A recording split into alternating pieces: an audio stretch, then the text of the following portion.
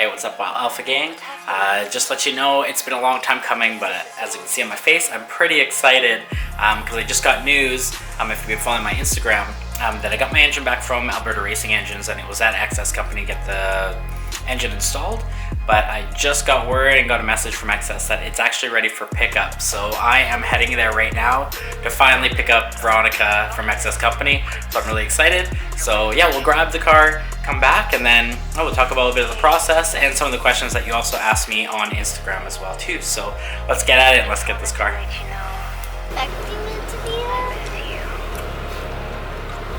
Oh, there's Johnny boy.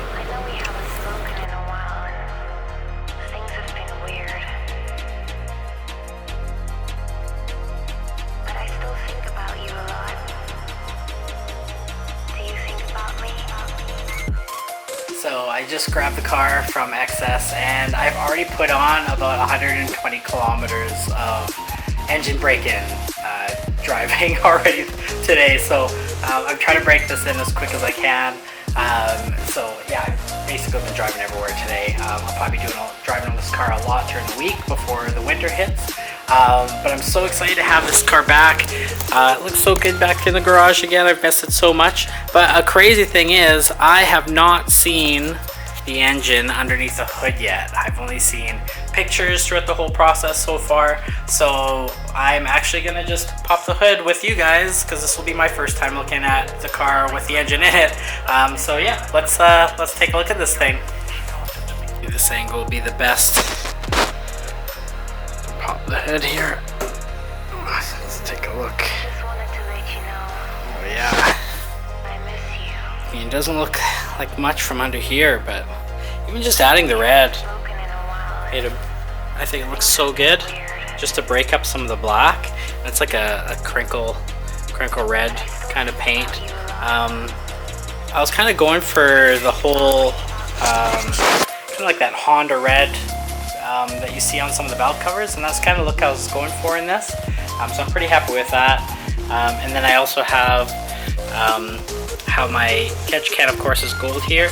I'll have my top mount turbo that, if you follow us on my social media, I have that coated gold as well too. So once I do the top mount setup, then I'll also have a little bit of the gold over here that you'll be able to see as part of that setup. But so far, I've been driving it today.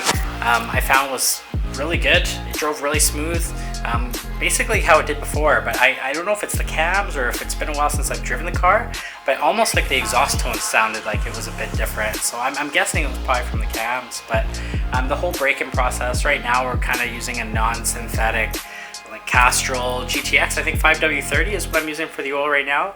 And then probably on Friday, after I put more kilometers on the car, we'll probably do another oil change, and then maybe we'll switch to synthetic at that point. But the whole break-in process, I'm pretty much trying to keep my RPMs kind of around the 4,000 mark between shifts, but then also allowing a lot of engine braking. And then as I'm going up to the gears, I'm kind of just like gradually going up through the RPMs before the gear changes as well.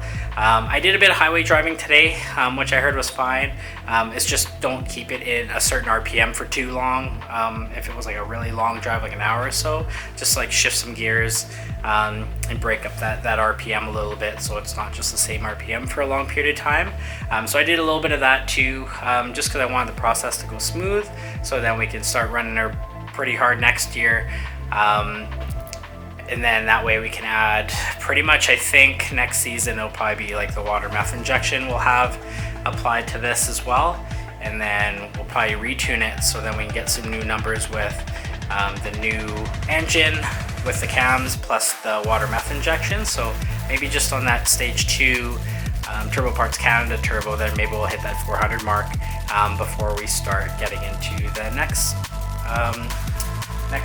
area of our build as well too, which is, as everybody knows, that I'm trying to kind of get close to that 450 mark. If I'm lucky, man, 500 horsepower would be pretty cool too, but 450 would be the overall goal that I try to hit if I can.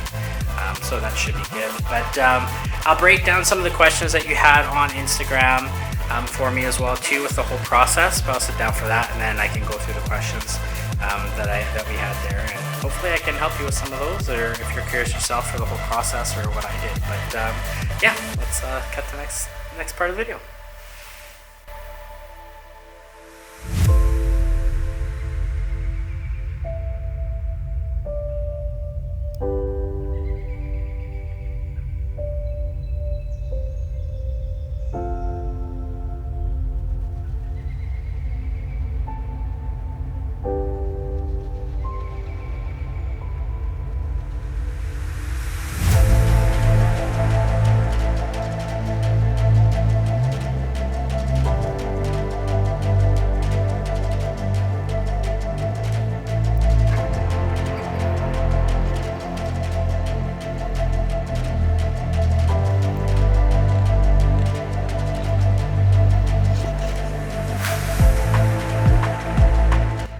Just open up the garage, look at that layer of dust.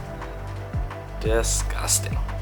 Morning. I thought I'd take the car out, once again just trying to put as much mileage as I can on this thing, so let's do a cold start and get this thing off to the car wash.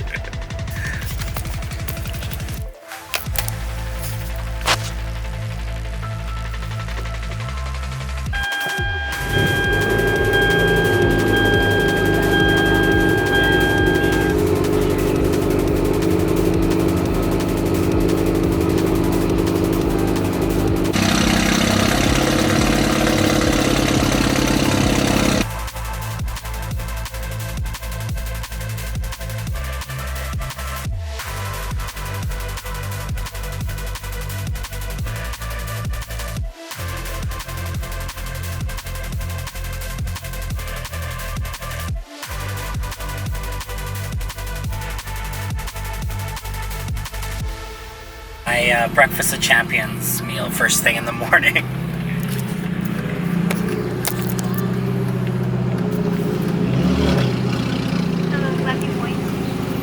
Nope.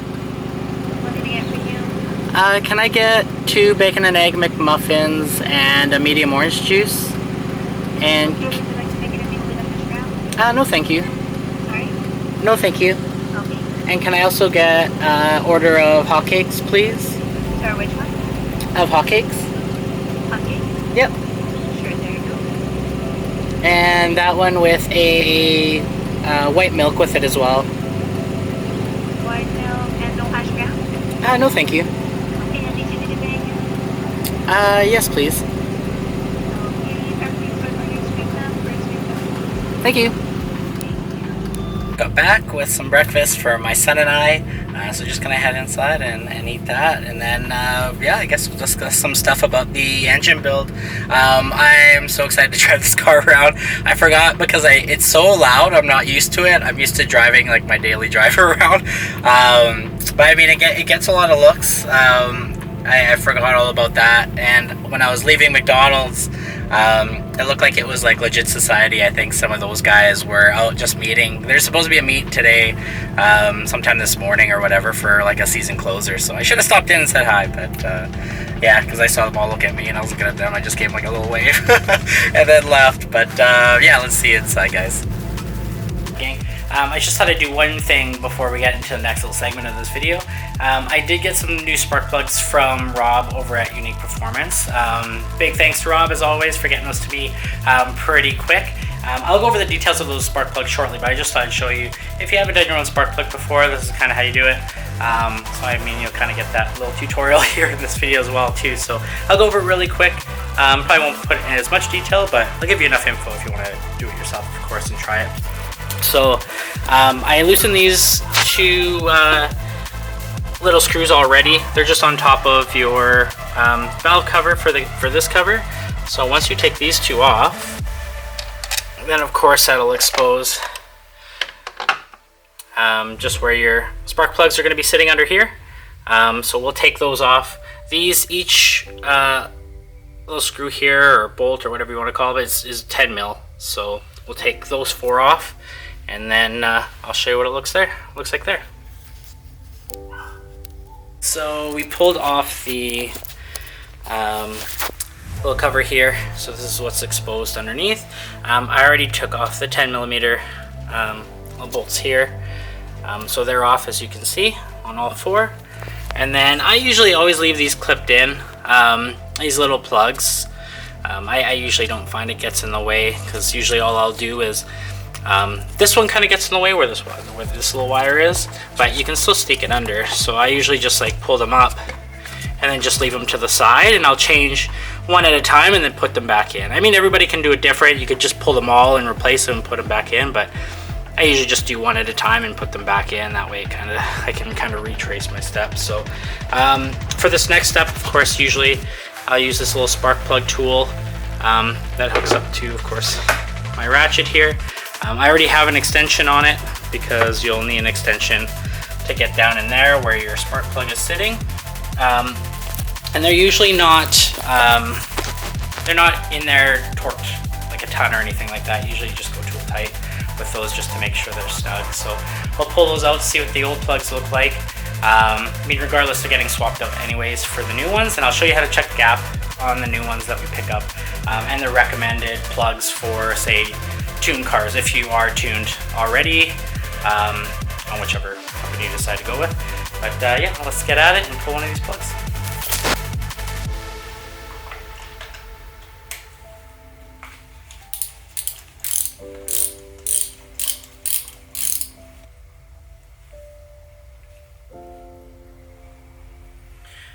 Alright, so we got one here.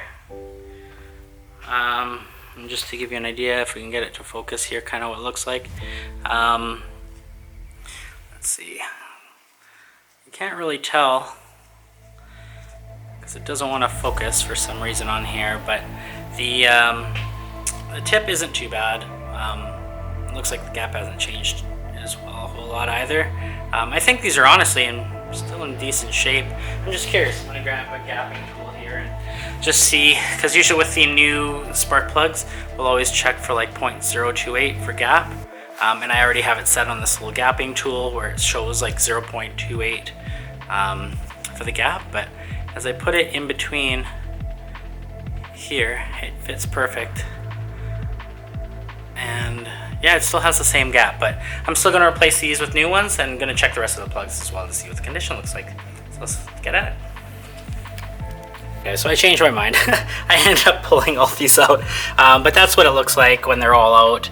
I've already pulled the spark plugs, so they've all been loose in there. But when I look at them and check the gap on all of them, they're still in pretty good shape. I mean, there's not a lot of mileage on them. Yeah, I might keep these as like a spare set in case I'm like at a pinch at the track or something like that, or whatever, and I need like an extra plug. I think these ones are gonna do fine, but I just thought with the new engine and everything like that, everything's getting kind of a good revamp and refresh, so might as well do the plugs while I break it in and then get ready for tuning next season again. So with the plugs that I got, as I talked about before, I'll kind of show you which ones, if you are tuned. I always recommend it to, like with a lot of my customers, UniqPerformance has these, so usually I just tell them to go there because they're quick shipping and they're easy to deal with too. But for one step colder plugs, I always recommend the NGK Iridium ones, and they are these 2309s.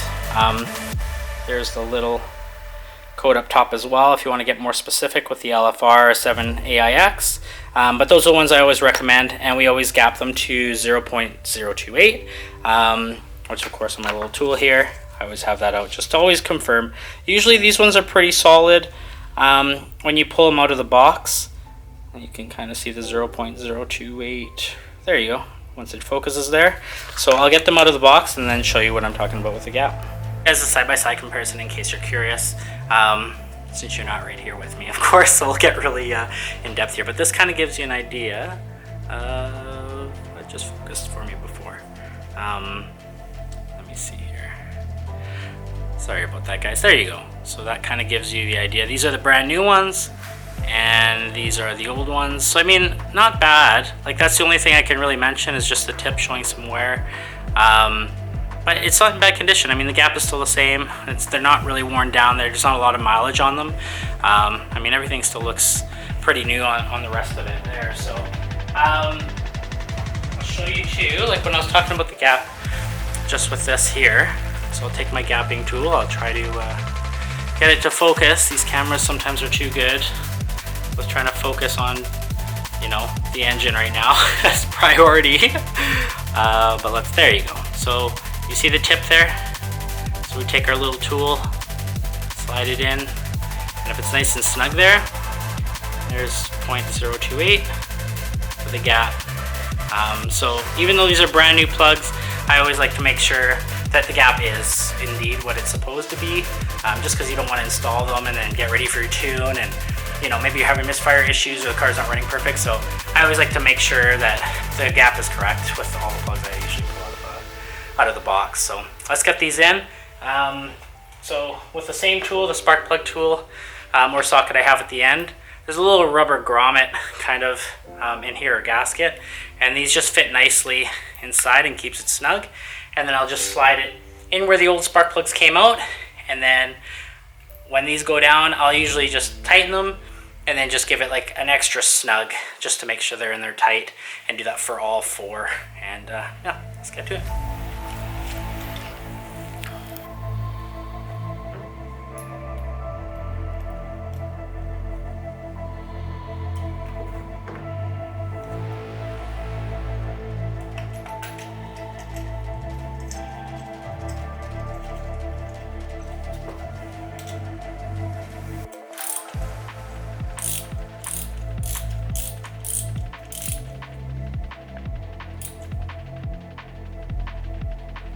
With all of our spark plugs back in, we'll connect these all back up once again as well, and then we should be able to fire up and see how she starts. Okay, and as you can see, everything is connected again. Everything's nice and tight. I did, when I put these back in, this little clip I did have to take out because it was getting caught right up here. So I did take it out, and then just clipped it back in when I put it in. It just made it a lot easier on that back one, but that's what it looks like. So let's go give this car a quick cold start, see how she starts.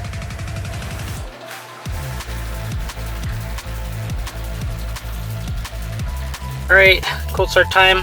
Sorry neighbors for the noise.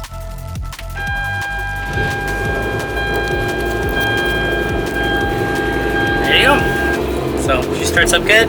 So I'll let it idle for a little bit, and then just make sure everything looks good. And that's it. We should wrap everything up.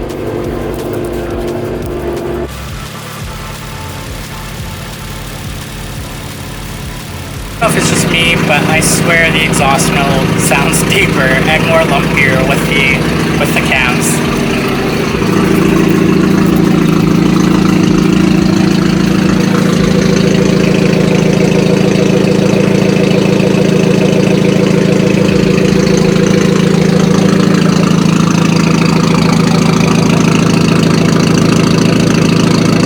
Pretty much wraps up that install.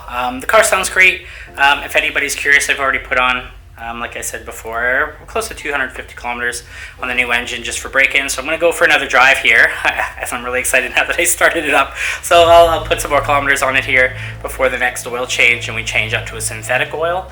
The build itself, I posted kind of like my build sheet, I believe a couple videos ago when I first dropped off the engine, but I'll link all that stuff in other videos up above, or down in the comments, or a description, just so you can see that as well. The only thing I changed from the dark mid sleeves was going to a closed deck system. That one, of course, just with the extra cylinder support, and also being cheaper for the build instead of doing all the machine work with the dark mid sleeves. That was a change from that other build sheet, if you go back a couple videos or so to look for that. But as for pricing, some people are asking, like, oh, how much did you pay for it? How much overall was it? Labor wasn't too bad to get the engine pulled out and put back in. Depending on what shop you go to, I mean, these are in Canadian prices. I would still budget close to a couple grand, depending if that shop is familiar with it, or if they charge hourly or just a flat rate. I'd probably budget close to that just to be safe, which is kind of what I did, because I figured it'd kind of be close to that range. Although I just got my boys over at Excess Company, as always, to take care of some of that hard labor work for me. But as for the engine itself, I did order a lot of parts through UniqPerformance as well. I should have, I think, got oversized pistons, just in case, the cylinder walls needed some extra work because I ended up getting just like the stock sizing. Luckily my engine was in really good shape when they pulled it apart, so it didn't need a lot of extra work and the clearances were still good. But something to think about or talk to your builder about when you start building your own engine. But in terms of price, because I mean I do work alongside Alberta Racing Engines, just because Kenji, he runs a dyno out there now. He's not over at Macari Auto. He has his dyno actually over at the shop now. Now that Alberta Racing Engines has their stuff up and running from last winter.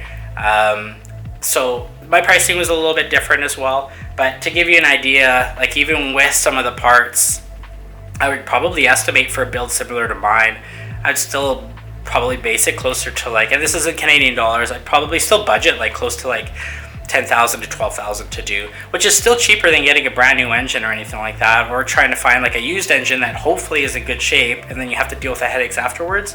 At least by getting like a fresh engine, and it's done properly as well too, and just with all the steps as you saw in the previous video when it was regarding the build, there's so many little details that go into an engine build that a lot of people forget, and I can't reiterate that enough, just because some people will, you know, I gotta get my pistons or do rods, and they'll just literally just like swap them out and put them back in. They won't look at clearances, they won't check, you know, how everything looks within the engine itself and all the other components. They just kind of slap it together, run it, blow an engine.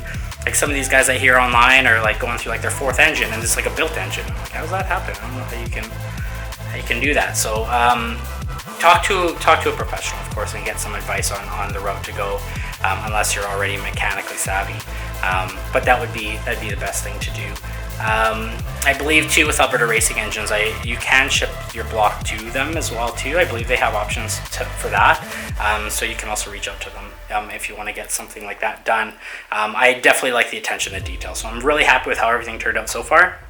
And then yeah, I guess we got some upgrades for next year, but I'll talk more about that as we get closer to that, or throughout the winter. So yeah, follow along. If you have any questions, feel free to write them in the comments. I'll get back to you, and if I don't have the answers, I'll definitely try to get the answers for you as well too, to make this process a little bit easier if you're thinking about the same kind of thing. But that's enough of me ranting. Thanks for watching the video, and we'll catch you on the next one. Peace.